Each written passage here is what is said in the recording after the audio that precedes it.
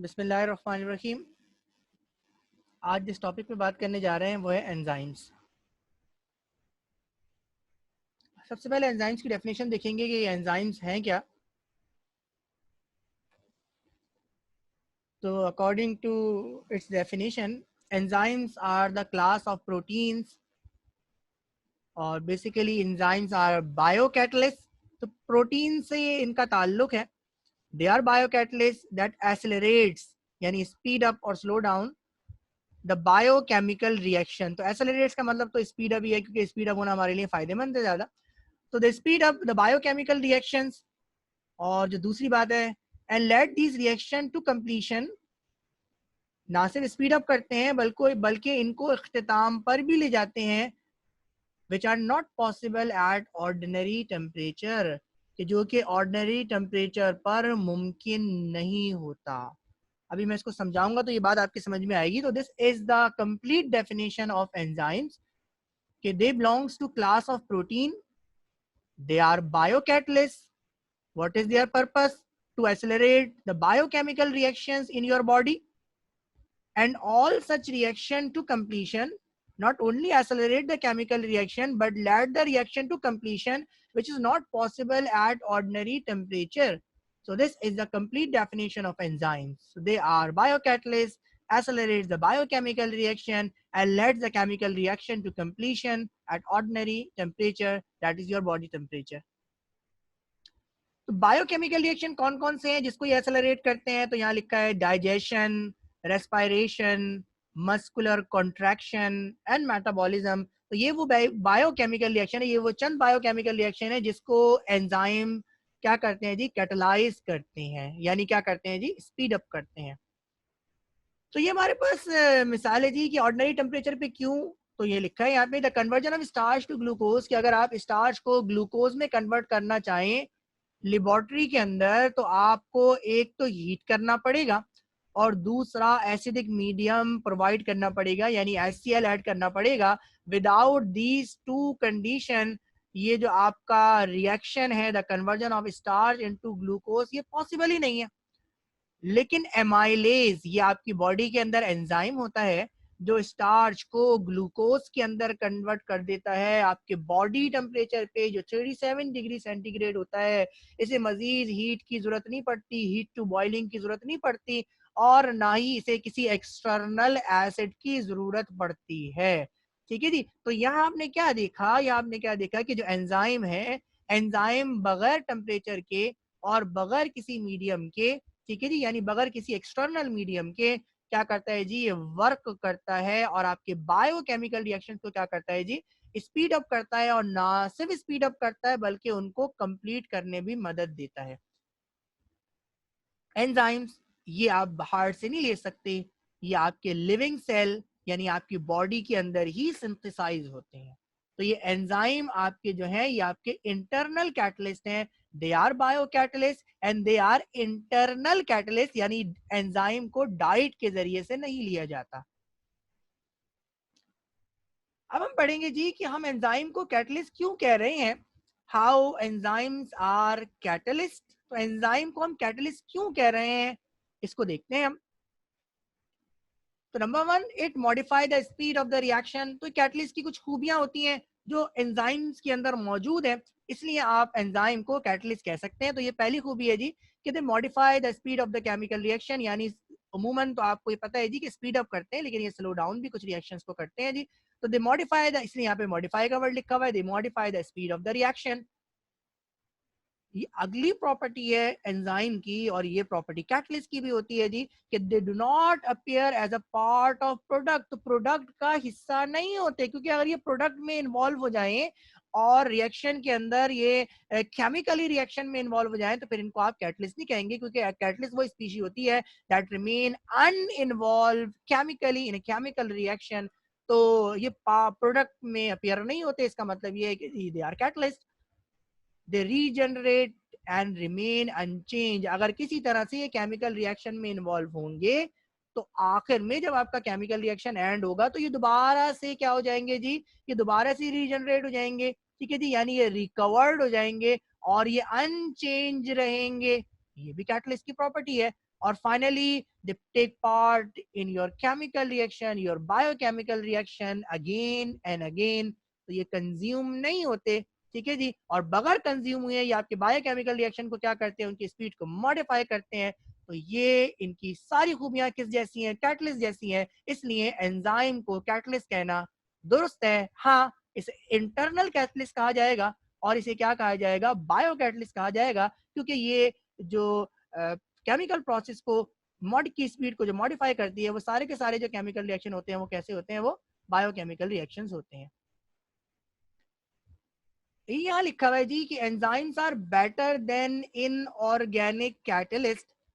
तो हमारे जो इनऑर्गेनिक कैटलिस्ट होते हैं, एंजाइम्स उस उनसे बेहतर हैं, ये स्टेटमेंट लिखी है।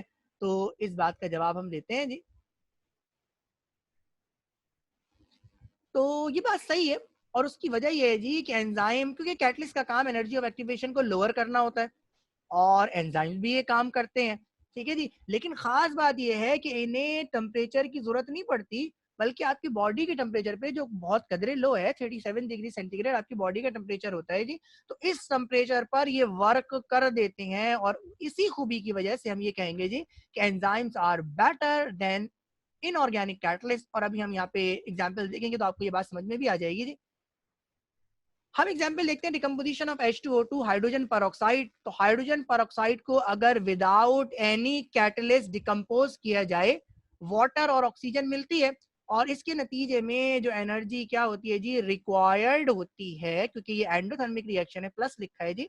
तो 18 किलो कैलोरी पर मोल एनर्जी रिक्वायर्ड होती है। कुछ इनऑर्गेनिक कैटलिस्ट को इस्तेमाल करके देखेंगे और फिर एंजाइम्स को इस्तेमाल करके देखेंगे। तो इसी रिएक्शन को अगर आयरन की मौजूदगी में करवाया जाए तो आपने क्या देखा, एनर्जी 18 से कम होकर कितनी हो गई, 13 हो गई।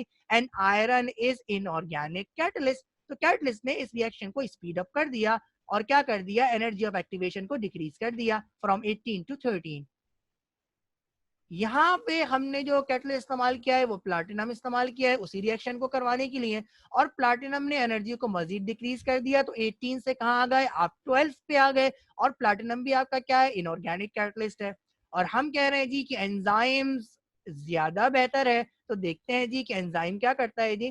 तो अगर हम एंजाइम लें, और ये एंजाइम क्या है जी, कैटालेस है, जो कि लिवर के अंदर होता है। वो भी हाइड्रोजन पेरोक्साइड को किसके अंदर कन्वर्ट करता है, आपकी बॉडी के अंदर वाटर और ऑक्सीजन की फॉर्म में कन्वर्ट करता है। और ये इसके लिए जो एनर्जी रिक्वायर्ड होती है ओनली 5 किलो कैलोरी पर मोल होती है। तो विदाउट कैटलिस्ट अगर आप इस रिएक्शन को लैब में करवाएं तो 18 किलो कैलोरी एनर्जी रिक्वायर्ड है। और अल्लाह ने कैसा निजाम बनाया है आपकी बॉडी के अंदर कि एंजाइम जो बनाए हैं वो बगैर कोई एक्सटर्नल कंडीशन के वो क्या करते हैं, इनकी एनर्जी ऑफ एक्टिवेशन को क्या कर देते हैं, 5 किलो कैलोरी पर मोल कर देते हैं। और लो टेम्परेचर पर आपकी बॉडी के अंदर जो हाइड्रोजन पेरोक्साइड है वो क्या हो जाता है, वो कैटेगरिकली कन्वर्ट हो जाता है किसके अंदर, वाटर और ऑक्सीजन के अंदर। तो ये स्टेटमेंट भी बिल्कुल सही है, ये बात कहना बिल्कुल दुरुस्त है जी कि एंजाइम इनऑर्गेनिक कैटलिस्ट के मुकाबले में ज्यादा बेहतर है और ज्यादा बेहतर काम करते हैं। और खास बात क्या है जी कि बॉडी टेम्परेचर पे ये वर्क कर देते हैं।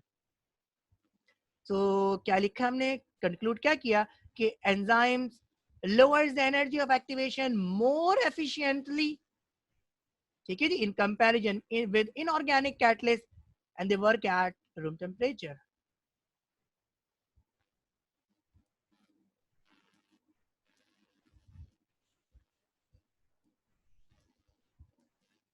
some enzymatic terms पढ़ने जाएंगे जी कि क्या होती है, इनको देखेंगे। Number 1, cofactor. What is cofactor in enzyme?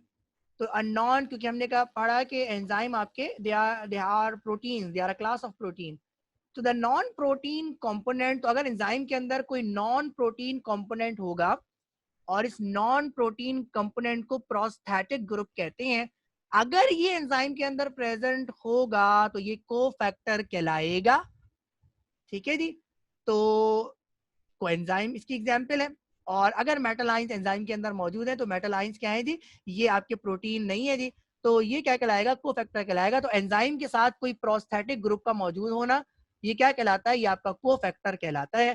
तो कोएंजाइम का मतलब है दो एंजाइम है, उसमें से एक एंजाइम प्रोटीनियस है और दूसरा एंजाइम क्या है जी, नॉन प्रोटीनियस है, तो ये कोएंजाइम एक इसकी एग्जांपल है। और एंजाइम के साथ मेटल आयन अगर अटैच है तो मेटल आयन क्या कहलाएंगे, कोफैक्टर कहलाएंगे। आइसो एंजाइम्स क्या होते हैं जी, तो वो different enzyme that catalyse same chemical reaction. तो एक केमिकल रिएक्शन को यानी किसी बायोकेमिकल रिएक्शन को कैटलाइज करवाने के लिए आपके पास अगर एक से ज्यादा एंजाइम है तो जितने भी एंजाइम है वो आपस में क्या कहलाएंगे, वो आपस में आइसो एंजाइम्स कहलाएंगे।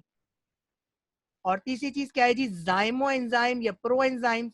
तो ये क्या होते हैं जी, enzymes in the form of inactive protein molecule.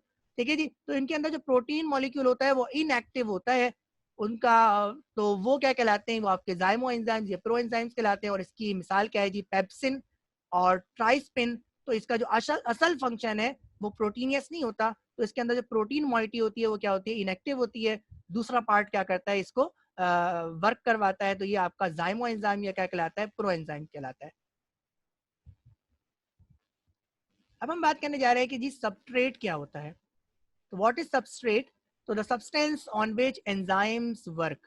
तो एंजाइम जिस चीज के रिएक्शन को क्या करेगी, स्पीड अप करेगी या उसकी स्पीड को मॉडिफाई करेगी, तो वो सब्सटेंस क्या कहलाएगी, वो सब्सटेंस सबस्ट्रेट कहलाती है। तो एंजाइम जिस चीज पे वर्क करता है, ठीक है जी, तो उस सब्सटेंस को क्या कहते हैं, सबस्ट्रेट कहते हैं। अब हम पढ़ने जा रहे हैं जी कि एंजाइम्स को की नोमेनक्लेचर किस तरह की जाती है। तो हमारे पास दो तरीके हैं, एक आपके पास ओल्ड टर्मिनोलॉजी है, और according to old terminology substrate के नाम की बेस पर आप एंजाइम का नाम लिखते हैं, और जो सबस्ट्रेट का रूट नेम होता है उसके साथ सिर्फ ASE लगा देते हैं, तो ये एंजाइम का नाम बन जाता है। देखते हैं कैसे। मिसाल के तौर पे अगर सक्रोज आपका सबस्ट्रेट है, तो जो एंजाइम सक्रोज के रिएक्शन को क्या करेगा, फास्ट करेगा, तो उस एंजाइम का नाम क्या बन जाएगा, सक्रेज बन जाएगा। तो OSE हट गया और क्या लग गया, ASE लग गया।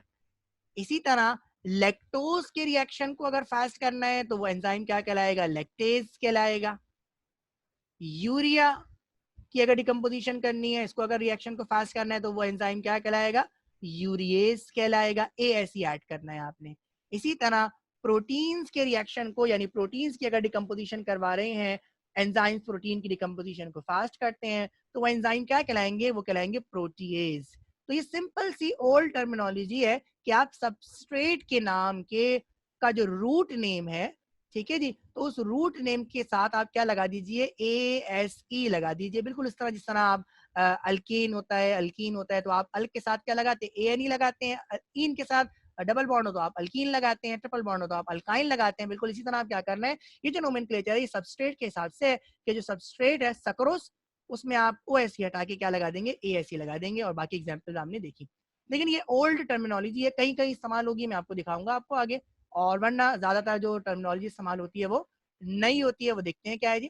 तो अकॉर्डिंग टू न्यू टर्मिनोलॉजी जो नोमेनक्लेचर की जाती है वो on the basis of nature of reaction की बेस पर आप करते हैं जी, कि वो नेचर है क्या, कि उसकी वो केमिकली वो नेचर कैसा है जी, उसकी बेस पर आप इसके नोमेनक्लेचर करते हैं और उस रिएक्शन के नाम के साथ ASE लगाते हैं। कुछ एग्जांपल्स मैं आपको देता हूँ जी, कि अगर रिएक्शन ऑक्सीडेशन हो, यानी आपका कैटलिस्ट वर्क करे और कैटलिस्ट असल में क्या करे जी, उस रिएक्शन को ऑक्सीडाइज करे और रिएक्शन ऑक्सीडेशन हो जाए, तो कैटलिस्ट का नाम क्या होगा, ऑक्सीडेज होगा। तो ऑक्सीडेज का मतलब है कि ये वो कैटलिस्ट है जो क्या करवाता है, आपके रिएक्शन के अंदर रिएक्शन को किस तरह स्पीड करता है जी, ऑक्सीडेशन करवा के। इसी तरह अगर एडिशन ऑफ हाइड्रोक्सिल ग्रुप हो केमिकल रिएक्शन में, तो ये एंजाइम क्या कहलाएगा, ये हाइड्रोक्सिलेज कहलाएगा। तो आपने क्या लगाया, हाइड्रोक्सिल के साथ ASE लगा दिया। अगर एडिशन ऑफ ऑक्सीजन हो तो ये क्या कहलाएगा, ऑक्सीजनेस कहलाएगा। इसी तरह अगर कोई डिस्प्लेसमेंट रिएक्शन हो तो इसका मतलब होता है कि ट्रांसफर हो रहा है जी, एक रेडिकल दूसरे या एक ग्रुप दूसरे सब्सटेंस के साथ ट्रांसफर हो रहा है, इंटरचेंज हो रहा है, तो इसको ट्रांसफर प्रोसेस कहते हैं। तो ऐसे रिएक्शन के लिए आप क्या लिखेंगे, इसको कहेंगे ट्रांसफरेज। ASE लगाना है किसके नाम के साथ, रिएक्शन के नाम के साथ। ऑक्सीजन के साथ आपने लगाया ऑक्सीडेज। इसी तरह एडिशन ऑफ OH के साथ आपने क्या लगाया, हाइड्रो ऑक्सिलेस, और बाकी भी इसी तरह की एग्जाम्पल्स हैं। तो ये दूसरी टर्मिनोलॉजी आपने पढ़ी कि सबस्ट्रेट के नाम के पे एएससी ना लगाएं, बल्कि जो रिएक्शन है उसकी नेचर को देखें और उस रिएक्शन को आप केमिकली क्लासिफाई करें और फिर उसके नाम के साथ क्या लगा दें, एएससी लगाएं। अब हम पढ़ने जा रहे हैं एंजाइम्स की क्लासिफिकेशन। तो एंजाइम को किस तरह क्लासिफाई किया जाता है, और ये जो 6 बुनियादी क्लासिफिकेशन है एंजाइम्स की वो आपके सामने है। ऑक्सीडो रिडक्टेस, हाइड्रो ऑक्सिलेस, ट्रांसफरेस, लाइएसिस, आइसोमरेसिस और लिगैसिस। तो ये एंजाइम्स की 6 क्लासेस हैं, और ये जितने भी नाम आपको नजर आ रही हैं, ये इनका जो नाम रखे गए हैं या जो इनकी क्लासिफिकेशन की गई है वो nature of the biochemical reaction की बेसिस पे की गई हैं। आइए देखते हैं कि ये क्या होते हैं। तो ऑक्सीडो रिडक्टेस, तो आपको नाम से ही अंदाजा हो रहा है ऑक्सीडेशन रिडक्शन, ठीक है जी। तो ये वो एंजाइम्स हैं जो आपके ऑक्सीडेशन और रिडक्शन रिएक्शन को कैटलाइज करते हैं। ट्रांसफरेस, ट्रांसफर रिएक्शंस की कुछ बात होगी यकीनन। तो these are the enzymes they catalyse the reaction of group transfer from one substrate to another substrate। Chemistry में इसको कहेंगे जी displacement reaction. Hydroxylase, so they are the enzymes that catalyze hydrolytic reaction यानी decomposition in the presence of water, जिसको आप कहते हैं hydrolysis. जो चौथी क्लास है वो कहलाती है लाइएसिस। What are they? They are the enzymes that catalyze addition of groups to double bond। तो डबल बॉन्ड यानी अनसैचुरेशन अगर कंपाउंड के अंदर मौजूद हो और उसके अंदर जो एडिशन रिएक्शन हो, तो वो एंजाइम्स क्या कहलाते हैं, लाइएसिस कहलाती हैं। आइसोमरेसिस, तो आइसोमेरिज्म का कुछ वर्ड इसके अंदर आ रहा है। तो what are they are the enzyme that catalyse isomerization reactions. और आइसोमेरिज्म का मतलब क्या होता है जी, compound have same molecular formula but different arrangement of atoms. तो इंटरमॉलिक्यूलर रीअरेंजमेंट इनका मेन पर्पस होता है। And finally the class 6 is ligase, और ये खास किस्म के एंजाइम्स हैं, जब आप पढ़ेंगे तो आपको ये बात समझ में आएगी। तो these are the enzymes that catalyze the reaction of condensation between two molecules। तो दो ये कंडेंसेशन रिएक्शन को पे बेस करते हैं, लेकिन इनकी इस रिएक्शन को करवाने के लिए जो एनर्जी रिक्वायर्ड होती है, वो एनर्जी हासिल करने के लिए किसी खास मॉलिक्यूल को ये क्या करते हैं, ब्रेक करते हैं। तो मेन काम इसका, इसके दो काम हो गए। एक काम हुआ जी कि आपके बायो मॉलिक्यूल को ब्रेक करना, ब्रेक करके एनर्जी का हुसूल, और फिर उस एनर्जी के जरिए कंडेंसेशन रिएक्शन का करवाना। तो ये एंजाइम्स क्या कहलाते हैं, ये एंजाइम कहलाते हैं लाइगेस। अब हम इनको अलग-अलग पढ़ने जाएंगे और केमिकली हम इनके रिएक्शंस को भी देखेंगे। तो हमारे पास जो पहला एंजाइम है वो है ऑक्सीडो रिडक्टेस, और इसका काम क्या है जी, ऑक्सीडेशन और रिडक्शन रिएक्शन को कैटलाइज करवाना। ये रिएक्शन आपके सामने है जी। अल्कोहल क्या हो गया, यहाँ पे ऑक्सीडाइज हुआ है और किस में कन्वर्ट हुआ है जी, ये कन्वर्ट हुआ है एल्डिहाइड के अंदर, और इस एल्डिहाइड के कन्वर्ट होने के नतीजे में हाइड्रोजन क्या हो गई है, निकल गई है। तो इस रिएक्शन को केमिस्ट्री की जबान में क्या कहेंगे, डीहाइड्रोजिनेशन रिएक्शन, और इसको एंजाइम की जबान में क्या कहेंगे, अल्कोहल की क्या हुई है, डीहाइड्रोजिनेशन हुई है। तो ये एंजाइम क्या कहलाएगा, अल्कोहल डीहाइड्रोजिनेस कहलाएगा। कि इसका काम क्या है, अल्कोहल के अंदर से हाइड्रोजन को रिमूव करना। तो अल्कोहल, डी का मतलब रिमूवल, हाइड्रोजन का मतलब हाइड्रोजन को रिमूव करना, और एएसई का मतलब है कि ये एंजाइम है। तो ये एंजाइम क्या है जी, अल्कोहल डीहाइड्रोजिनेस है। तो इस एंजाइम का काम क्या है जी, अल्कोहल में से हाइड्रोजन को क्या करना, रिमूव करना, और ये रिएक्शन क्या है जी, ऑक्सीडेशन रिएक्शन है। ये दूसरा एंजाइम आपके सामने है जो है ट्रांसफरेस, और इसका काम क्या बताया था जी, सब्स्टिट्यूशन रिएक्शन करना या सब्स्टिट्यूशन रिएक्शन को कैटलाइज करना। ये रिएक्शन आपके सामने है, एक कॉम्प्लेक्स रिएक्शन आपके सामने लिखा हुआ है, और लिखा हुआ है जी एल एस्पार्टिक एसिड का रिएक्शन अगर 2 ऑक्सो ग्लूटारिक एसिड से करवाया जाएगा तो ऑक्जेलो एसीटेट बनेगा, यानी ऑक्सो ग्रुप इसके साथ आ गया और ग्लूटामिक एसिड बनेगा। ठीक है जी। तो असल में इस रिएक्शन में क्या हुआ है, एस एस्पार्टेट अमीनो ट्रांसफरेस हुआ है जी। अमीनो ग्रुप का इन दोनों के दरमियान क्या हुआ है जी, ट्रांसफरेशन हुआ है जी।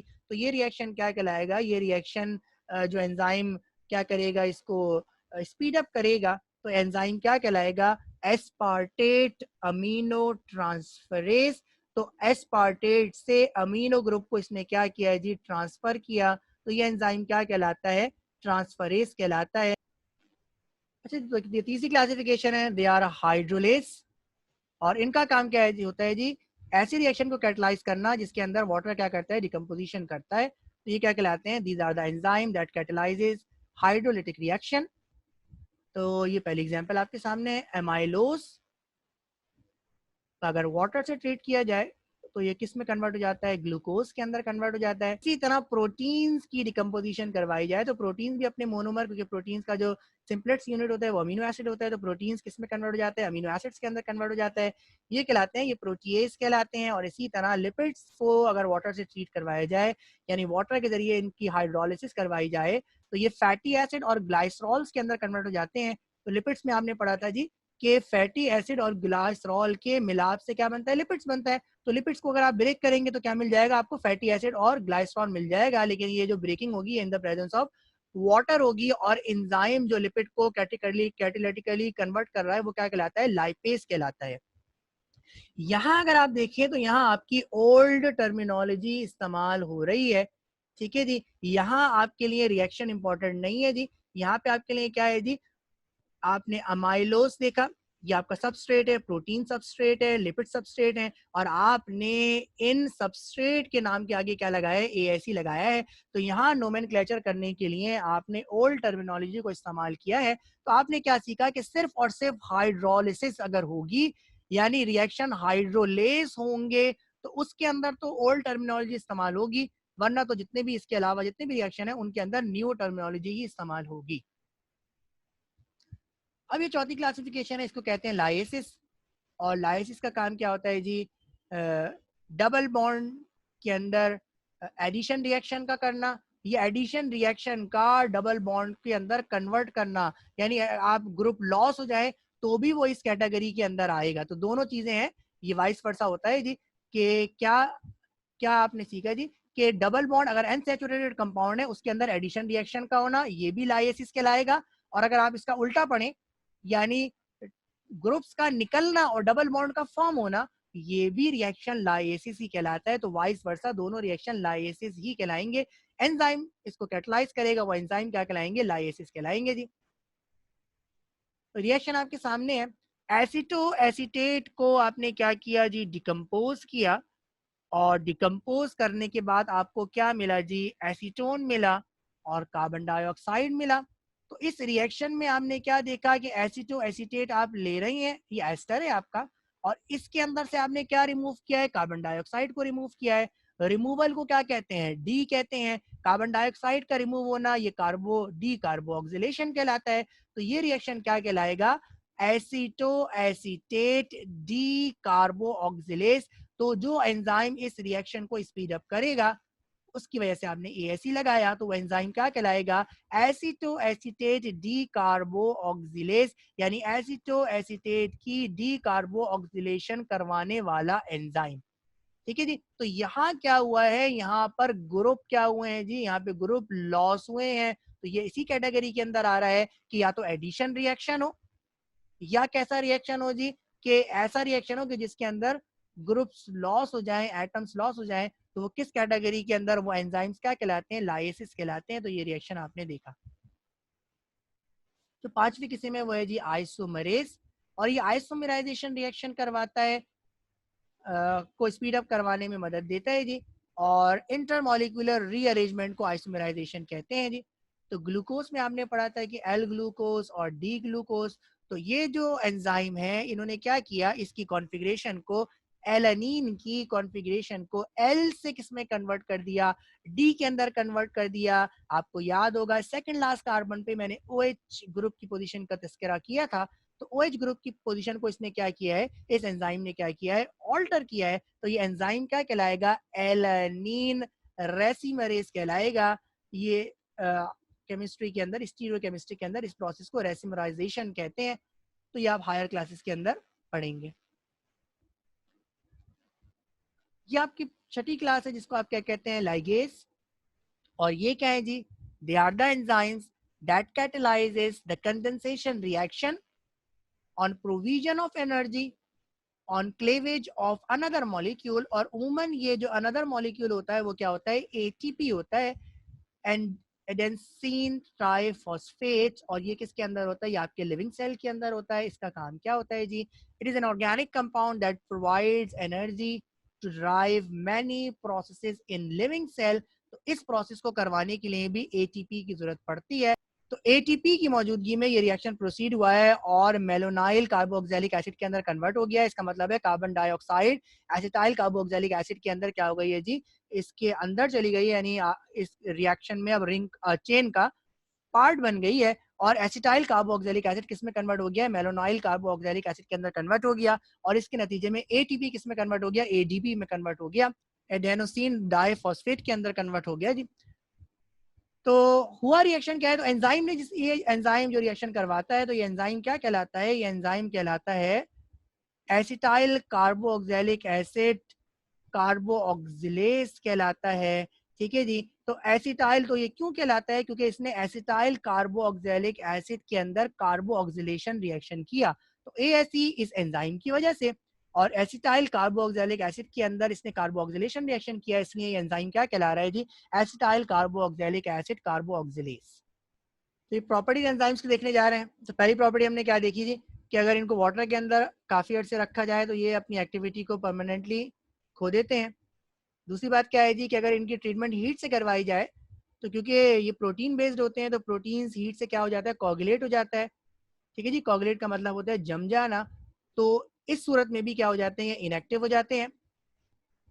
जो तीसरी चीज है जी कि अगर एंजाइम्स का इंटरेक्शन अल्कोहल से करवा दिया जाए या हैवी मेटल्स के सॉल्ट से करवा दिया जाए या कॉन्सनट्रेटेड इनऑर्गेनिक एसिड यानी HCl H2SO4 नाइट्रिक एसिड इनसे करवा दिया जाए तो भी ये अपनी एक्टिविटी खो देते हैं। और उसकी वजह क्या है जी कि इन तमाम चीज़ों से जब ये इंटरेक्ट करेंगे तो इनके अंदर स्ट्रक्चरल मॉडिफिकेशन हो जाएंगी। तो जब स्ट्रक्चर तब्दील हो जाएगा तो ये अपनी एक्टिविटी को रिज्यूम नहीं रख पाएंगे। चौथी चीज ये है जी कि हर एंजाइम का एक एक्टिव सेंटर होता है, यानी हर एंजाइम के लिए एक सबस्ट्रेट होता है। तो अगर उस सबस्ट्रेट के साथ एंजाइम का रिएक्शन करवाया जाएगा तब तो जाके रिएक्शन होगा, लेकिन अगर उसके अलावा किसी और सबस्ट्रेट के साथ रिएक्शन करवाया जाएगा तो ये रिएक्शन भी क्या होगा, बेकार होगा, एंजाइम आपका वर्क नहीं करेगा। यही बात यहाँ पे लिखी है। और पांचवी बात क्या है जी कि एंजाइम्स बहुत स्पेसिफिक होते हैं जी। तो जो लाइपेज है उसका काम क्या है जी, लिपिड्स को ब्रेक करना, लिपिड्स की हाइड्रोलिसिस करना। तो अगर लाइपेज से आप कार्बोहाइड्रेट्स की हाइड्रोलिसिस करवाएंगे तो ये मुमकिन नहीं है। तो ये एंजाइम्स की कुछ खास प्रॉपर्टीज थी। अब देखते हैं जी कि वो कौन से फैक्टर्स हैं, और ये आपके इम्तिहान के लिए इंपॉर्टेंट आर्टिकल है जी कि वो कौन से फैक्टर्स हैं कि जिन पर rate of enzymatic action depend करता है। तो जो पहला है वो है टेम्परेचर। टेम्परेचर से क्या होता है जी, जो एंजाइमेटिक रिएक्शंस होते हैं दे आर टेम्परेचर डिपेंडेंट। और ख़ास बात ये होती है कि हर एंजाइम की को करवाने के लिए एक ऑप्टिमम टेम्परेचर होता है, और इनकी एक्टिविटी को मैक्सिमाइज रखने के लिए जो टेम्परेचर रेंज है वो 37 टू 50 डिग्री सेंटीग्रेड है। यानी इससे कम टेम्परेचर पे भी एक्टिविटी पे फर्क पड़ेगा और 50 से ज्यादा टेम्परेचर होने पर भी एक्टिविटी पे फर्क पड़ेगा। तो ये आपकी ये वो टेम्परेचर रेंज है जिसके अंदर आपकी जो एंजाइम है उसकी एक्टिविटी क्या होती है जी, मैक्सिमम होती है जी। अगर टेम्परेचर इससे ज्यादा हो, ठीक है जी, तो ये एंजाइम अपनी एक्टिविटी को मुकम्मल तौर पे खो देते हैं और फिर ये वर्केबल नहीं रहते। लेकिन टेम्परेचर अगर इससे नीचे हो तो ये क्या करते हैं, अपना एक्शन करना, अपना एक्टिविटी को क्या कर देते हैं, ये स्टॉप कर देते हैं। और जैसे ही, यानी मुकम्मल तौर पे इनकी एक्टिविटी डिस्ट्रॉय नहीं होती, और जैसे ही टेम्परेचर दोबारा से 37 टू 50 डिग्री सेंटीग्रेड के रेंज में आ जाएगा, तो ये दोबारा से अपनी एक्टिविटी को क्या कर लेंगे, रिज्यूम कर देंगे। तो ये रेंज बड़ी इंपॉर्टेंट है, ये ऑप्टिमम टेम्परेचर रेंज है कि इस पर आपका जो एंजाइम है वो वर्क करेगा। इससे ऊपर जाके एंजाइम अपनी एक्टिविटी को मुकम्मल तौर पर लॉस कर देगा, और अगर टेम्परेचर इससे कम होगा तो अपनी एक्टिविटी को कुछ अरसे के लिए टेम्परेरी क्या कर लेगा, स्टॉप कर लेगा, स्लोज डाउन कर देगा। लेकिन जैसे ही टेम्परेचर दोबारा से ये रिटेन होगा, तो दोबारा से अपनी एक्टिविटी को क्या कर देगा, रिज्यूम कर लेगा बगैर डिस्ट्रॉय हुए। तो दूसरा फैक्टर है वो है पीएच, मीडियम चाहिए होता है। ठीक है जी, तो बायोकेमिकल रिएक्शन को मीडियम चाहिए होता है प्रोसीड होने के लिए। और पीएच का मतलब क्या है जी, concentration of H positive ion. तो हर एंजाइम का को वर्क करने के लिए एक खास पीएच होता है। मिसाल के तौर पर पेप्सिन, ये जो एंजाइम आपके स्टमक के अंदर मौजूद होता है, ये 1.6 पीएच पे काम करता है। और ट्राइस्पिन जो इंटेस्टीन के अंदर मौजूद होता है, ये 8.2 पीएच पे काम करता है। तो पीएच भी जरूरी है कि अगर पेप्सिन को 1.6 ना मिले और ट्राइस्पिन को 8.2 पीएच ना मिले, तो इसका मतलब ये है कि ये वर्क करने के काबिल नहीं होंगे, यानी ये इतना इफेक्टिवली वर्क नहीं कर सकेंगे। सो ये दूसरा फैक्टर है जिसपे एंजाइमेटिक रिएक्शन डिपेंड करते हैं। पहला आपने टेम्परेचर पढ़ा था, दूसरा आपने पीएच पढ़ा। इसके अलावा भी कुछ फैक्टर्स हैं, वो क्या हैं देखते हैं जी। अदर फैक्टर्स के अंदर कौन कौन शामिल है जी, कॉन्सेंट्रेशन ऑफ एंजाइम्स, यानी एंजाइम की कॉन्सेंट्रेशन, एंजाइम की मिकदार। जाहिर सी बात है अगर ये बढ़ेगी तो एंजाइमेटिक रिएक्शन भी क्या हो जाएंगे जी, फास्ट हो जाएंगे। कॉन्सेंट्रेशन ऑफ सबस्ट्रेट, देखिए अगर सबस्ट्रेट की क्वांटिटी ज़्यादा है तो इसका मतलब ये है जी, और एंजाइम की क्वांटिटी कम है, तो क्या हो जाएगा, रिएक्शन खुद ब खुद स्लो डाउन हो जाएगा। लेकिन अगर सबस्ट्रेट की क्वांटिटी कम होगी और एंजाइम की क्वांटिटी उसके मुकाबले में ज़्यादा होगी, तो रिएक्शन क्या हो जाएगा, फास्ट हो जाएगा। तो ये अब डिपेंड करता है जी कि अगर ज़्यादा खाना खाया है तो जाहिर सी बात है उसको हजम होने में ज़्यादा अरसा लगेगा। आपने कम खाना खाया है तो इसका मतलब ये है जी वो हजम होने में कम टाइम लेगा। तो ये सबस्ट्रेट की कॉन्सेंट्रेशन हो गई। अगली जो है जी वो नेचर ऑफ प्रोडक्ट है जी, कि प्रोडक्ट की नेचर कैसी है जी। तो इस पे भी डिपेंड करता है जी कि अगर आपने एक बहुत ज़्यादा मुरगन ग़िज़ा खा ली है जी, तो इसका मतलब ये है जी कि वो बहुत ज़्यादा फैटी हैं, तो इसका मतलब ये है कि उनको डाइजेस्ट होने में ज़्यादा टाइम लगेगा। और अगर आपने नॉर्मल ग़िज़ा खाई है जिसके अंदर फैट्स वगैरह कम है, तो उनको डाइजेस्ट करना एंजाइम के लिए क्या होगा जी, आसान होगा। और पांचवी चीज़ है जी कि प्रेजेंस ऑफ सर्टेन आइंस, तो कुछ आइंस होते हैं जो इन एंजाइम के जो एक्शन है उसको क्या करते हैं जी, फास्ट करते हैं। तो आपकी बॉडी के अंदर जो कुछ एंजाइम्स हैं, कैल्शियम, मैग्नीशियम, कार्बोनेट आइंस, तो ये भी क्या करते हैं जी, ये भी वर्क करते हैं जी। तो ये कुछ और फैक्टर्स है कि जिन पे क्या करता है जी, एंजाइम का रेट क्या करता है जी, डिपेंड करता है। तो आपने क्या पढ़े, आपने पढ़ा टेम्परेचर, दूसरा आपने पढ़ा पीएच जिसको आपने डिटेल के अंदर पढ़ा, और इनके आपने सिर्फ नाम पढ़े, the concentration of enzyme, the concentration of substrate, the nature of product formed, and the presence of certain catalyst.